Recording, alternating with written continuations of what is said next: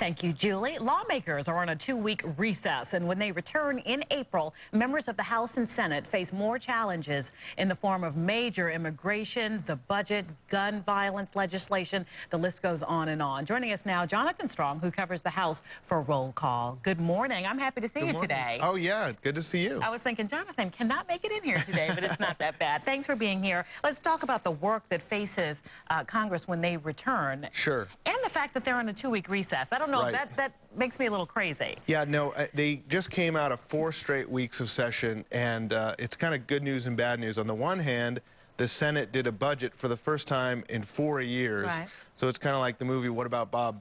Baby steps. Right.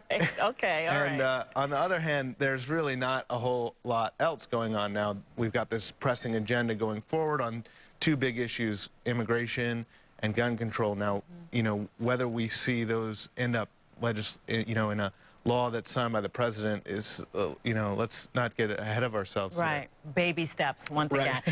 So, in your opinion, on what you've seen covering the House, what do you expect that they will really take up and go after, or can they possibly tackle all of these major issues? Because just immigration and gun violence, that's, you know, either one of those might take a while, especially for this Congress. No, those are both huge, thorny issues, really sensitive issues.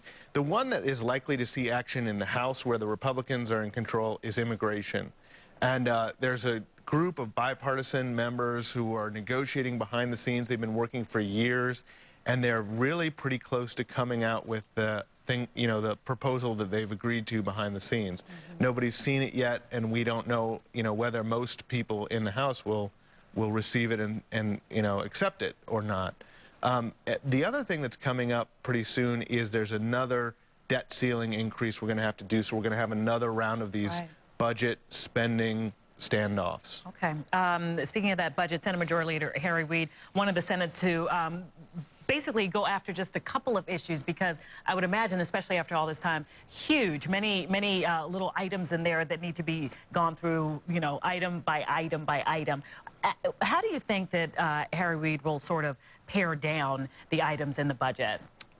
He's looking at different options to figure out what they did. But, the Senate budget, one of the interesting things, it does not cut spending the way that the Republicans want to. So there's not that much paring down. What they did is raise taxes by about $1 trillion over 10 years to, keep the deficit at a kind of manageable level. That was their approach.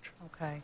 Moving forward, I guess just the question that's on everyone's mind is, can they begin to work together? Can things get to be pushed through in just a bit more timely fashion? We saw the sequestration cuts just go into effect. Who knows if that was the grand design or not? But what do you think we can expect moving forward now? There's always these discussions here in Washington, like, can we get the parties together? Is there any hope of the grand bargain? But having covered the House closely and being there every day, I'm a bit of a pessimist that the 2 parties are really far apart still, and there's not a lot of signs that would give you hope that they're going to come together and agree on a path forward in the near term. I lied, I have one more question. Before, we saw the president, and photo op sounds pessimistic and cynical. I'm not meaning to sound that way, but we saw the president actually walk in and sort of meet with some members there. How far, in your estimation, did that go?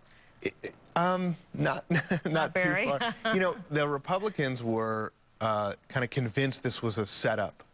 So the trust is just not there. Right. The problems are so deep. It wasn't really accompanied by any kind of outreach beyond the meetings on the Hill.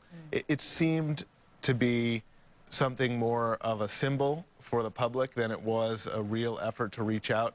If you're watching, reading the tea leaves. But it's not to say that, it couldn't turn into something later. We'll have to see. We'll wait and see, and we'll do it with your help, Jonathan Strong. All right. Thank you so much. Jonathan is the writer for Roll Call. We will be right back.